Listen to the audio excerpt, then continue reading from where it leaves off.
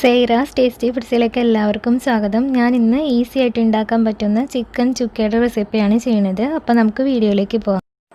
അതിനുവേണ്ടി ഞാനിവിടെ 1 കിലോ ചിക്കനാണ് എടുത്തിട്ടുള്ളത്. അപ്പോൾ അതിലേക്കൊരു 3 മീഡിയം സൈസ് സവാള ഫ്രൈ ചെയ്തത് ചേർത്ത് കൊടുക്കാം.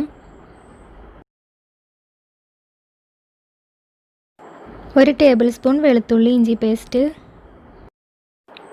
2-3 പച്ചമുളക്, 1/2 ടീസ്പൂൺ മഞ്ഞൾപ്പൊടി, 1 ടീസ്പൂൺ മുളക് പൊടി, 2 ടീസ്പൂൺ മല്ലിപ്പൊടി,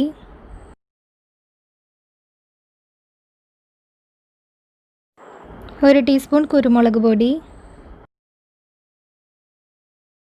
1 teaspoon garam masala, 1 medium size തക്കാളി, കുറച്ച് കറിവേപ്പില. ഇനി ഒരു 3 ടേബിൾ സ്പൂണോളം ഓയിൽ ചേർത്ത് കൊടുക്കണം. ഞാനിവിടെ സവാള ഫ്രൈ ചെയ്യാൻ എടുത്തിട്ടുള്ള ഓയിലാണ് ചേർത്ത് കൊടുക്കുന്നത്. ആവശ്യത്തിനുള്ള ഉപ്പ്. ഇത്രയും ചേർത്തിട്ട് ഇത് നന്നായിട്ടൊന്ന് മിക്സ് ചെയ്തെടുക്കണം. മസാലയൊക്കെ ചിക്കനിലേക്ക് നന്നായിട്ടൊന്ന് പിടിച്ച് കിട്ടണം. എന്നിട്ട് ഇതൊരു അരമണിക്കൂറെങ്കിലും ഒന്ന് റെസ്റ്റ് ചെയ്യാനായിട്ട് മാറ്റി വയ്ക്കാം. ഇപ്പോൾ ഒരു അരമണിക്കൂർ കഴിഞ്ഞിട്ടുണ്ട്. ഇനി നമുക്കിതൊരു പാനിലേക്ക് ഇട്ട് കൊടുക്കാം. ഓൾറെഡി ഇതിൽ ഓയിൽ ചേർത്തിട്ടുള്ള കാരണം ഇനി ഓയിൽ ചേർക്കേണ്ട ആവശ്യമില്ല. ഇനി ഇതൊന്ന് മൂടി വെച്ച് വേവിച്ചെടുക്കാം.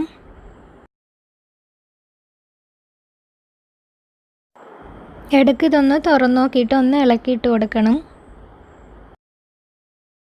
എന്നിട്ട് വീണ്ടും മൂടി വെച്ച് വേവിക്കണം.